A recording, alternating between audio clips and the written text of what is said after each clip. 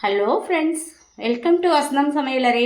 வசந்தம் சமையலரில் இன்றைக்கி இந்த சீசனில் கிடைக்கக்கூடிய சின்ன நெல்லிக்கான்னு சொல்கிற அரிநெல்லி, அதை வச்சு ஒரு ஜாம் எப்படி செய்யலான்றதை பார்க்கலாம். அதுக்கு நான் இன்றைக்கி ஒரு 100-150 கிராம் நெல்லிக்காய் எடுத்திருக்கேன். அதுக்கு ஒரு 150 கிராம் வெல்லம் எடுத்துக்கலாம். இதை வச்சு எப்படி செய்கிறதுன்றதை பார்க்கலாமா? இதுக்கு பார்த்திங்கன்னா கடாயை பற்ற வச்சுக்கோங்க. கடாயில் ஒரு டம்ளர் தண்ணி ஊற்றிக்கோங்க.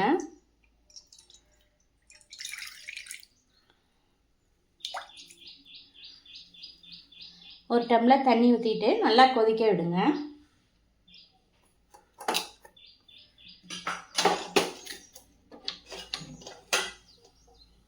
இப்போ இந்த தண்ணி நல்லா கொதிச்சு வரப்ப டேஸ்ட்டுக்காக ஒரே ஒரு பிஞ்சு சால்ட் ஆட் பண்ணிக்கோங்க.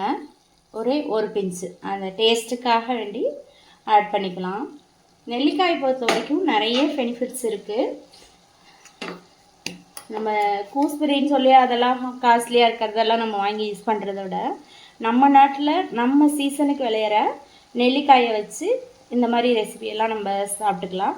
நேரடியாக நெல்லிக்காய் சாப்பிட பிடிக்காதவங்க இந்த மாதிரி செய்கிறப்ப நல்ல டேஸ்ட்டாக சாப்பிடணுன்னு தோணும். இதில் ஒரு கப் 100 கிராம் வெல்லம் பொடிச்சு வச்சுருக்கேன்.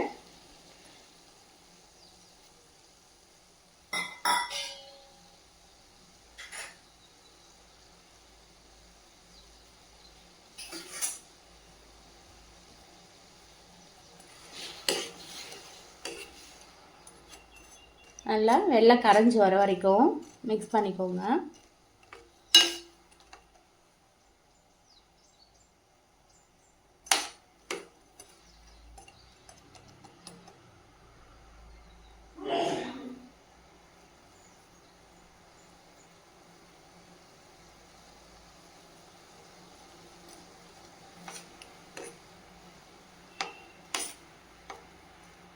நல்லா கலந்து விடுங்க.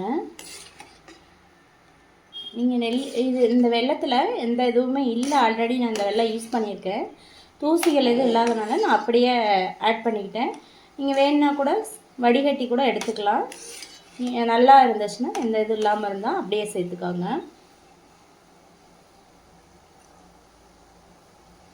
இந்த ஸ்டேஜில் நம்ம ஆல்ரெடி நெல்லிக்காயை எடுத்து க்ளீன் பண்ணிவிட்டு கழுவி எடுத்து வச்சுருக்கோம்.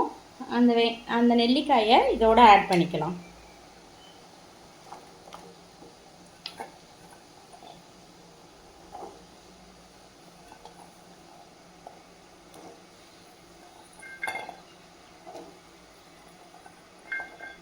கொஞ்சம் ஒரு 40 இயர்ஸ்க்கு மேலேனா நம்மளால் நெல்லிக்காய் சின்ன பிள்ளைலலாம் நல்லா சாப்பிடுவோம். ஆனால் 40 இயர்ஸ்க்கு அபோவ்னா பார்த்தோன்னா நம்மளுக்கு பல்லெல்லாம் கூசும். அந்த மாதிரி இருக்கிறவங்க இந்த மாதிரி செஞ்சு சாப்பிட்றப்ப ஹெல்த்தியான நெல்லிக்காய் நம்ம உடம்புல சேரும். இது போல் எடுத்துக்கிறப்ப பல்லு கூசாது. அந்தளவுக்கு இதில் வெல்லம் இருக்கிறதுனால நல்லாயிருக்கும். குழந்தைங்களுக்கு கொடுக்குறப்ப நெல்லிக்காய் சாப்பிட மாட்டாங்கன்னா கூட இந்த மாதிரி செஞ்சு கொடுத்தீங்கன்னா நல்லா சாப்பிடுவாங்க. இதை நல்லா கொதிக்க விடுங்க. அதோட வெந்து வந்துடும்.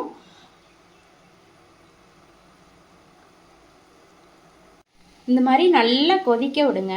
கொதித்து அதை நல்லா பாகுபதம் மாதிரி வர்றது வரைக்கும் நல்லா கொதிக்கட்டும். நல்லா வெந்து வரட்டும்.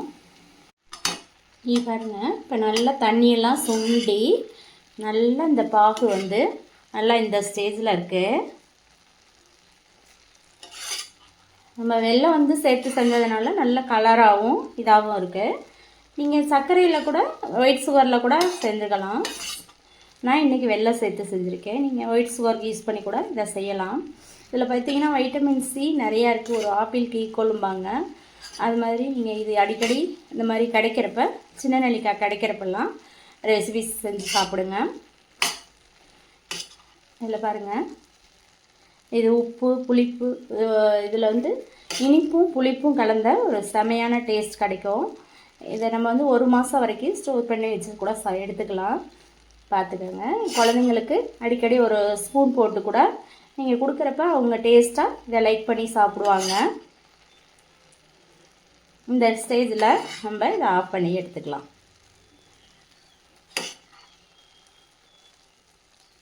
இங்கே பாருங்கள், இந்த மாதிரி நல்ல ஒரு பதத்துக்கு, நல்ல கிரேவி பதத்துக்கு நல்ல சுண்டி வரணும். தண்ணி நிறைய ஆட் பண்ணாதீங்க. ஒரு 1/4 கிலோ அப்படின்னா ஒரு கம்மியான ஒரு சின்ன டம்ளரில் 1 டம்ளர் போதும். நம்ம வெல்லத்துலேயும் இந்த பாகு இதனால அதுவும் இதாகும். நெல்லிக்காயிலையும் வாட்டர் கண்டென்ட் இருக்குது. அதனால் கம்மியான தண்ணியில் ஆட் பண்ணிக்கோங்க.